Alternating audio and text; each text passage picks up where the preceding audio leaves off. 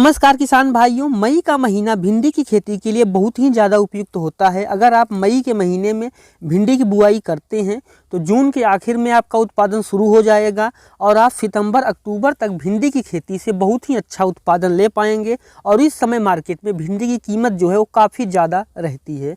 तो आज की इस वीडियो में आपको भिंडी की खेती की संपूर्ण जानकारी देने वाला हूँ, जैसे खेत की तैयारी, हाइब्रिड किस्में, बीज दर और उपचार, बुआई का सही तरीका, खाद और स्प्रे का A to Z शेड्यूल, खरपतवार नियंत्रण, सिंचाई का सही तरीका, लागत और कमाई। जब आप पूरा वीडियो देखेंगे तो आप भिंडी की खेती करके बहुत ही अच्छा उत्पादन और बहुत ही अच्छी कमाई ले पाएंगे। तो वीडियो को आप पूरा देखिएगा।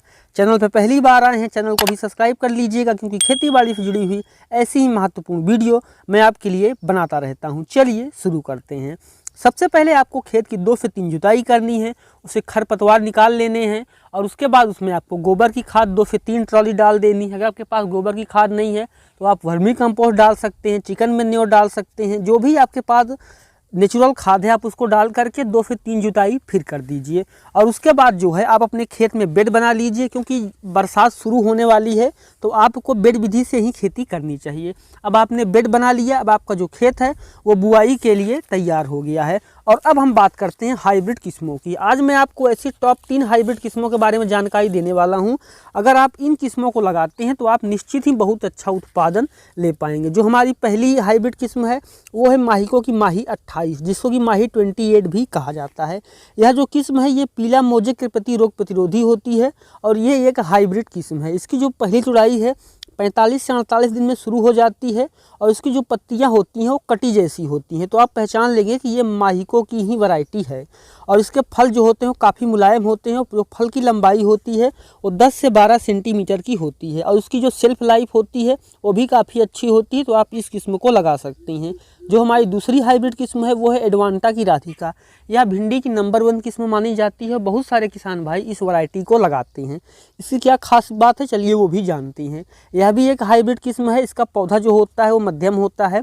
एक पौधे में आपको 2 से 4 शाखाएं देखने को मिलती हैं और पहली जुड़ाई 45 से 50 दिनों के अंदर शुरू हो जाती है। लीफ कर्ल वायरस और पीला मोजेक के प्रति यह जो किस्म है ये काफ़ी रोग प्रतिरोधी होती है और पूरे साल भर आप इसकी बुआई कर सकती हैं। तो ये जो किस्म है आपके लिए काफ़ी ज़्यादा अच्छी हो सकती है। जो हमारी तीसरी किस्म है वो है नुनहेम्स कंपनी की शक्ति भिंडी। इसका जो पौधा होता है वो छोटा होता है, लेकिन शाखाएँ इसमें आपको ज़्यादा देखने को मिलती हैं। और इसका जो पौधा होता है वो काफ़ी तेज़ी से बढ़ता है। एक बार फल लगना शुरू हो जाए तो आप लंबे समय तक उत्पादन ले सकते हैं। इसी के लिए ये जानी जाती है। इसकी जो पहली तुड़ाई है वो 48 से 50 दिन के अंदर शुरू हो जाती है। तो मैंने आपको 3 हाइब्रिड किस्में बताई और तीनों अलग तरीके से बताई। तो आपको जो अच्छी लगे आप उसको खरीदिए। अपने एरिया के हिसाब से, टेम्परेचर के हिसाब से, मिट्टी के हिसाब से आपको किस्मों का चुनाव करना चाहिए। आप कौन सी किस्म लगाने वाले हैं मुझे कमेंट सेक्शन में ज़रूर लिखिएगा और ये भी लिखिएगा कि आप कहाँ से ये हमारा वीडियो देख रहे हैं। तो अब हम बात करते हैं कि बीज कितना लगेगा, उपचारित कैसे करें। किसान भाइयों, 1 एकड़ भिंडी की खेती के लिए आपको कितना बीज लेना पड़ेगा, उसके लिए आप ये देख सकते हैं कि जो आपकी भिंडी है वो कितना फैलाव करती है, उस हिसाब से आपको देखना चाहिए। अगर आपको अच्छा जमाव चाहिए तो किसान भाइयों आपको उसको 24 घंटे पानी में भिगो भी देना चाहिए, तभी आपका अच्छा जमाव जो होगा वो आएगा। और मिट्टी में कई तरह की बीमारियां पैदा हो जाती हैं, तो उससे बचने के लिए आपको फनफूद नाशक से उसका उपचारित करना चाहिए। 1 किलो बीज को उपचारित करने के लिए आपको 2 ग्राम कार्बेंडाजिम लेना चाहिए। उसमें आपको उसको 6 घंटे के लिए भिगो देना चाहिए। उसके बाद फिर छाया में सुखा लेना चाहिए और फिर उसको आपको बुआई करनी चाहिए। अगर आपका 1 किलो बीज है 2 ग्राम कार्बेंडाजिम लीजिए और उसमें 1 लीटर पानी मिला करके उसको घोल लीजिए, फिर उसमें आप बीज को उपचारित करें। और अगर आपके खेत में बीमारी लगती है, पौधा छोटा रहता है तभी बीमार होने लगता है, तब आपको 1 किलो बीज को 5 ग्राम ट्राइकोडर्मा ले सकते हैं। 3 से 5 ग्राम आप ले सकते हैं। ज़्यादा बीमारी लगती है तो आप 5 ग्राम भी ले सकती हैं।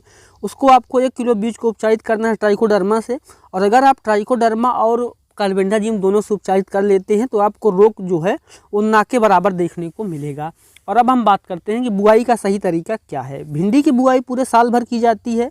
आमतौर पे जो मुख्य समय होता है वो फरवरी मार्च का होता है गर्मी के लिए, और जून जुलाई का बरसात के लिए होता है। अगर आप मई में कर रहे हैं तो आप मिड में कर रहे हैं तो आपको ज़्यादा उत्पादन देखने को मिलेगा। और रेट तो आपको ज़्यादा देखने को मिलेगा ही मिलेगा। लाइन से लाइन की दूरी की बात करें तो 45 सेंटीमीटर और पौधे से पौधे की दूरी आप किस्मों के अनुसार 15 से 20 सेंटीमीटर रख सकते हैं। बीज को आपको बेड पे 1 से 2 सेंटीमीटर की गहराई में बोना चाहिए, ना इससे ज़्यादा और ना ही इससे कम। और अब हम बात करते हैं खाद और स्प्रे के A to Z शेड्यूल के बारे में। बुआई के समय आपको 1 एकड़ में 30 किलो DAP, 30 किलो यूरिया और 15 किलो पोटाश डाल करके बुआई कर देनी चाहिए। अगर आपके खेत में जिंक और सल्फेट की कमी होती है तो आपको जिंक और सल्फर भी इसमें मिला लेना चाहिए। बुआई के 10 से 15 दिन बाद आपको 1 किलो NPK 19-19-19 लेके आना है। इसको 2 फिल्टर पानी में घोल करके स्प्रे कर देना है। इससे ये फ़ायदा मिलेगा कि जो आपका पौधा है गर्मी में स्ट्रेस नहीं लेगा, तेज़ी से विकास करेगा और नाइट्रोजन, फास्फोरस, पोटेशियम तीनों जो तत्व हैं वो आपकी भिंडी को मिल जाएंगे। और जैसे ही आपकी जो भिंडी है 25 से 30 दिन की अवस्था पे आए तो उसके लिए किसान भाई उसमें 30 किलो यूरिया में आपको 250 ग्राम सूक्ष्म पोषक तत्व मिला करके अपनी भिंडी की फसल में डाल देना है। और उसके बाद आप किसान भाई जैसे ही आपकी जो भिंडी है 35 दिन की आए, कहीं कहीं पे फूल निकलना शुरू हो तो उसमें अच्छे से फूल आए और लगातार फूल फल बनते रहें, उसके लिए आपको उसमें 1 किलो 05234 लेकर के इसको 2 फिल्टर पानी में मिला करके इसका स्प्रे कर देना चाहिए। इसका पहला स्प्रे आपको 30 से 35 दिन की अवस्था पे करना चाहिए और दूसरा स्प्रे आपको किसान भाइयों 45 से 48 दिन की अवस्था पे करना चाहिए, ताकि आपका जो भिंडी है वो अच्छा उत्पादन देता रहे। और उसके बाद किसान भाइयों उसमें आपको जब पहली तुड़ाई आने वाली हो तो उसके 2-3 दिन पहले ही उसमें आपको 13-045 ले लेना है। 1 लीटर 1 किलो ले लीजिए, उसको आपको 2 फिल्टर पानी में मिला करके स्प्रे कर देना है। इससे फूल लगातार आएंगे, फल भी लगातार आएंगे और फल की जो क्वालिटी है वो भी काफ़ी ज़्यादा अच्छी रहेगी। और अब हम बात करते हैं कि कार्बेंडाजिम का या फिर इमिडाक्लोरोपिड या फिर कोई सा भी फंगीसाइड है या फिर पेस्टिसाइड है, उसका स्प्रे हमें कब और कैसे करना है। सबसे पहले तो आपको फनफूद नाशक का स्प्रे करना है, क्योंकि फनफूद जैसी बीमारियां बहुत तेज़ी से आती हैं। जैसे ही आपकी भिंडी 10 दिन की हो तो पहला स्प्रे आपको कर देना है, उसके हर 10 दिन बाद आपको इसका स्प्रे करते रहना चाहिए।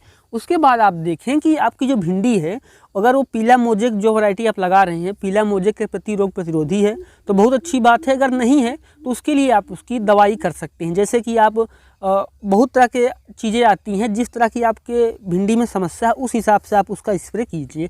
और अगर आपने भिंडी लगा रखी है, कोई समस्या आ रही है तो आप मुझे कमेंट कर सकते हैं। और अब हम बात करते हैं खरपतवार नियंत्रण की। भिंडी में आपको कम से कम 2 बार खरपतवार नियंत्रण करना चाहिए। पहला जो खरपतवार नियंत्रण है आपको बुआई के 15 से 20 दिन के अंदर कर लेना चाहिए और जो दूसरा खरपतवार नियंत्रण है आपको 40 दिन के अंदर कर लेना चाहिए। ध्यान रखें, अगर आप समय से खरपतवार नियंत्रण नहीं करते हैं तो इसी में जो कीट रहते हैं वो आपकी भिंडी को फसल को नुकसान करते हैं और जो खाद आप डालते हैं वो भी आपकी भिंडी को नहीं लगती है। तो कीट भी ना लगे, खरपतवार भी ना उग पाएँ, उसके लिए आपको 2 बार निराई गुड़ाई ज़रूर करनी चाहिए। अगर आप 2 बार निराई गुड़ाई नहीं कर पा रहे हैं तब आप बुआई के समय पेंडीमेथिलिन का स्प्रे कर सकते हैं।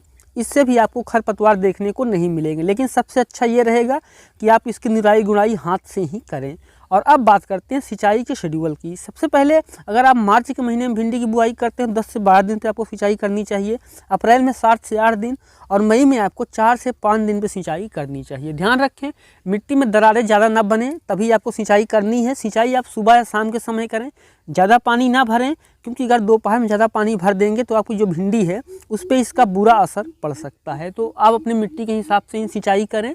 अगर आप मई जून में सिंचाई कर रहे हैं तो 4 से 5 दिन के अंतराल पे करें, ताकि आपका जो पौधा है वो स्ट्रेस ना ले पाए। और अब हम बात करते हैं लागत और कमाई की। किसान भाइयों भिंडी की खेती में आपको 10 से 15 हज़ार रुपये तक की लागत आ सकती है। और एक बार आपने मेहनत कर दी, 10 से 15 हज़ार रुपये लगा दिए तो 45 से 50 दिन में तुड़ाई शुरू हो जाएगी। और अगर आप मई के फर्स्ट वीक में बुआई करते हैं तो आप अक्टूबर से नवंबर तक इसकी ज़बरदस्त तुड़ाई ले सकते हैं। और इस समय मार्केट में काफ़ी अच्छा रेट होता है। आपको 1 एकड़ में 200 से 250 क्विंटल तक का उत्पादन मिल सकता है, जो कि बहुत ही ज़्यादा होता है। अगर आप 10 रुपये किलो भी बेच पाएंगे फिर भी आप लाख रुपए से ज़्यादा कमा पाएंगे। आमतौर पर इन दिनों भिंडी की जो कीमत होती है 20 से 30 रुपये किलो होती है। तो अगर आप अच्छे से भिंडी का ख्याल रखते हैं तो आप 2.5 से 3 लाख रुपए तक भिंडी की खेती से कमा सकते हैं।